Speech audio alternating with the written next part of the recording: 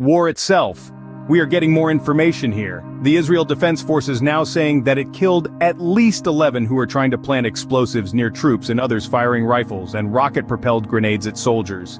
In Gaza, Younis over the past week, the Israeli military saying that it killed more than 100 militants and raided weapons warehouses. I want to talk about all the latest developments here, so let's bring in Mary Azen, a retired colonel of the Israel Defense Forces with a long background there in military intelligence. Thank you so much, as always, for taking the time to join us here. Wonderful to be able to join you. All right, so first off, I just want to ask you about the current situation. We are now in the 4th month of the war between Israel and Hamas. We know other terrorist organizations also included now, technically, in the war itself. When you talk about Gaza specifically, does it appear that Israel is scaling back in any way?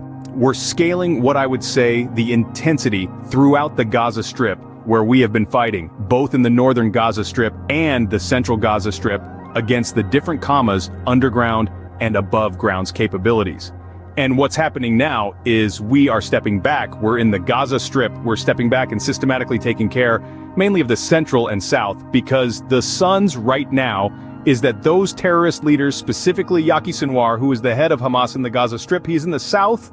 And I think that Israel is very much focused on making sure that he is under intense pressure. So we're continuing to systematically take apart the tunnels, the caches of weapons, the different capabilities, but it's a very slow operation. And so, yes, it's a scaling back and a focusing into the area where the top terrorists are right now. And one thing that I was talking about when we introduced you here, the 11 terrorists that were killed while planting explosives.